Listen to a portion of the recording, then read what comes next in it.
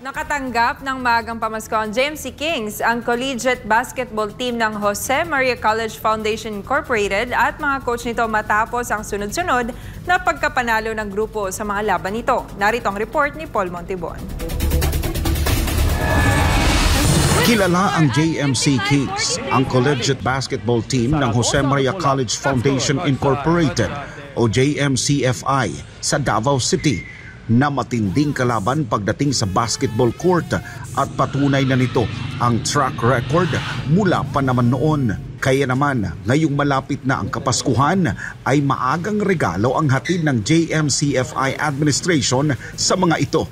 Sa pangunguna ng founding president na si Pastor Apollo C. Kibuloy bilang pagkilala sa pagpupunyagi ng mga ito na manalo at maiuwi ang kampyonato sa mga laro nito, kabilang na ang MJFC Intercollegiate Basketball Tournament nitong September 8 at kasadyat saya sa Tagum Intercollegiate Basketball Tournament nitong Nobyembre 26. Nakatanggap ng mga brand new basketball shoes ang lahat ng manlalaro ng JMC Kings at maging ang mga coaches nito. Bagay na ikinatuwa at ikinasabik ng lahat. Bahagi na rin ito ng taunang tradisyon ng paaralan na bigyan ang mga manlalaro ito ng mga bagong kagamitan, bukod pa sa pang-araw-araw na pangangailangan ng mga ito. At higit sa lahat, ang libreng edukasyon. Bukod sa mga bagong sapatos, ay may beach vacation rin na nakaabang para sa JMC Kings.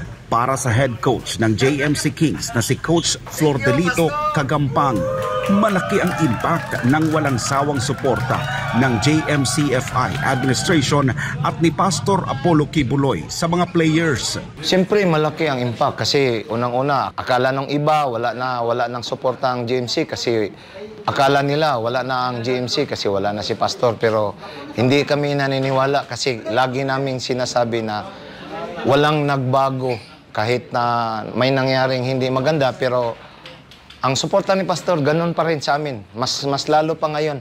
Walang nagbago. Nandun pa rin. Lalo na yun sa JMC community, sa lahat ng mga sumusuporta sa JMC. Maraming salamat sa inyo. Samantala, nagpaabot naman ng pasasalamat si Kagampang at mga players sa JMCFI administration at kay Pastor Kibuloy.